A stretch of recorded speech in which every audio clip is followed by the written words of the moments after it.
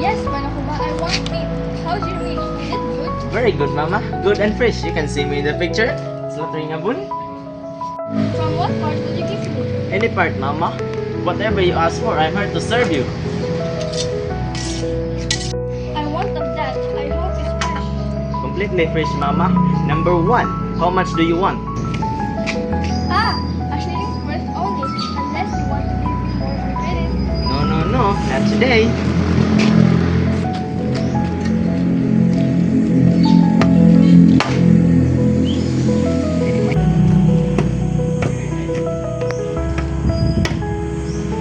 Ah, I want of that only. But you want good and fresh meat, isn't it?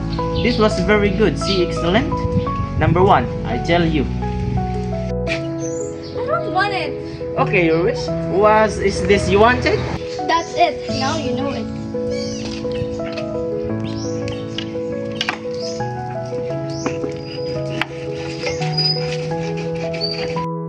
What's that you're doing there? I didn't ask for stones. I don't want them. Remove them at once. Mama, they aren't stones. This is very good bones with plenty meat on them. See, excellent. With what? And what am I to do with bones? I'm not a dog.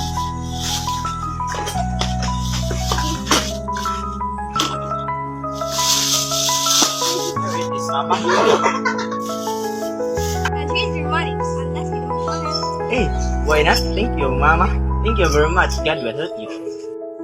Okay, Manakuma. Goodbye.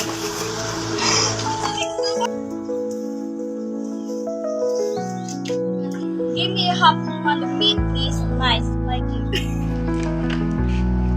Morning, Mama. Hey, buddy. What's the quarrel with the butcher? Nothing. You complaining of ill treatment? I heard you shouting.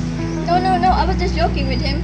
The butcher is a very nice man, you know. I see. Okay, goodbye. Goodbye. Give me a very good meat, please. No bones. No bones. Just a little one for your father.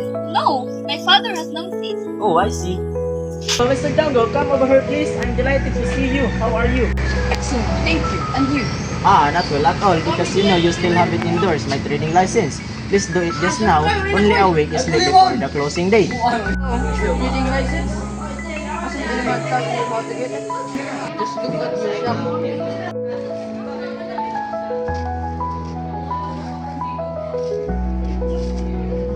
See? The whole floor is littered with scraps and books. When did you last sweep it? Why is your apron so dirty? Here's your file. Why is it broken? And why have you not combed your hair? Who made you big butcher? Look, you must get things in order before Mr. Rainey to endorse your license. You understand that? I'm sorry. I didn't know about these things. If you return next week, I promise everything will be in order. But please, I must have the license endorsed by next Monday. That's your business, I'm warning you. If everything is not ready by next week, I won't get your license. Is that clear? Yes. Everything will be in order next week. I promise. Your business. Come on, where's my meat? Oh, there he is. I'm sorry. I won't be a minute. Here it is. Kanubay, just come over here this week. Come there, you're stinky meat. No, never. This old man. Kanubay, please help me. You know that health inspector is refusing to endorse my trading license. I whitewashed my shop and bought a new apron. But he still comes and asks me why my shop is dirty and why my hair is not stylishly done. What not? What am I to do? Man, I know him. He's a dog. He's hungry. Hungry? Yes, hungry. He wants some bones. Bones? Yes, boss. You still don't understand? He wants bones. Bones. Bones! I see. You want some bones? The same scene 1 week later.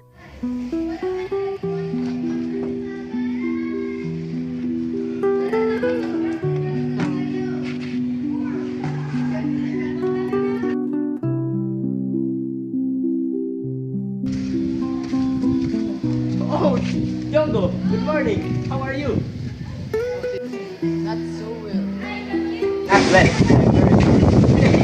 hope you come and endorse my license. Endorse your license? Just like that? With a dirty shop. By the way, Mr. Django, I almost forgot. I have something for you. Thought you might like a few balls to take home. Bones. What should I want with bones?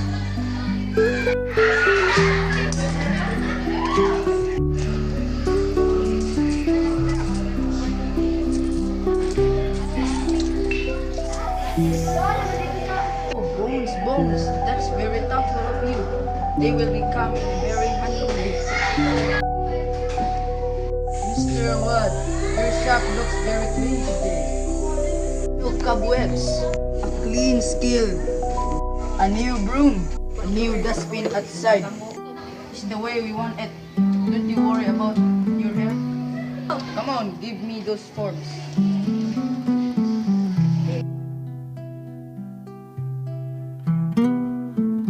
Just leave me your paint, please. Something gone wrong with mine. Certainly, I am at your service. Hey, you have bought a new pen.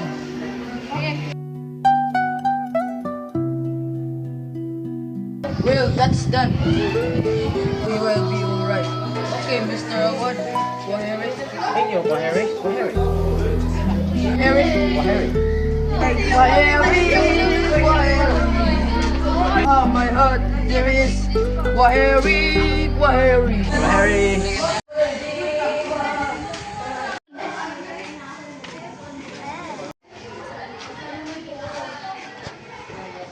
Hello, Mama. Good morning. Aren't you coming to buy a meat today? Just look at your shop. Look at your shop. It's dirty and stinky. I'm not going to buy meat from you anymore.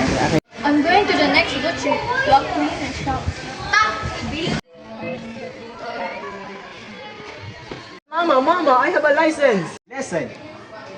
Certified clean and fit to sell meat for human consumption. Mama.